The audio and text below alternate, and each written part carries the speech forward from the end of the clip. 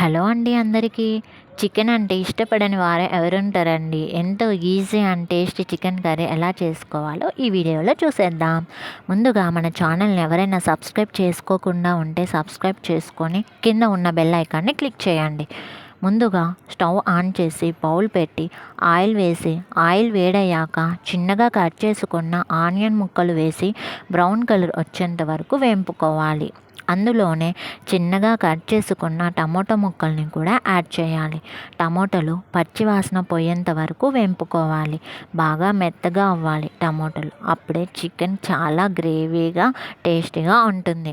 తరువాత 3 times wash చేసుకున్న చికెన్ని కూడా అందులోనే వేసి తగినంత లావు ఉప్పు కొంచెం పసుపు వేసి చికెన్ పచ్చివాసన పోయేంత వరకు కలుపుకుంటూ మధ్యలో ప్లేట్ మూసి స్లిమ్లో పెట్టి మధ్యలో కలుపుకుంటూ మూత మోస్తూ ఉండాలి.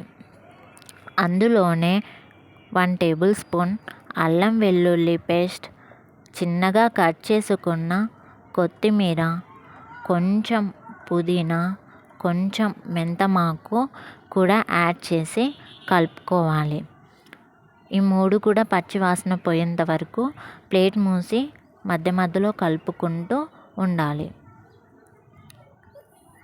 పచ్చివాసన పోయిన తర్వాత 2 టేబుల్ స్పూన్ కారం పొడి, 1 టేబుల్ స్పూన్ కొబ్బరి పొడి, కొంచెం చెక్క లవంగాల పొడి, కొంచెం ధనియాల పొడి యాడ్ చేసి కలుపుకోవాలి. తగినంత నీరు పోసి కలుపుకొని చికెన్ దగ్గర అయిన తర్వాత స్టవ్ ఆఫ్ చేసుకొని పైన కొత్తిమీర చల్లుకోవాలి. అంతే, ఎంతో easy and tasty chicken curry ready. Try it.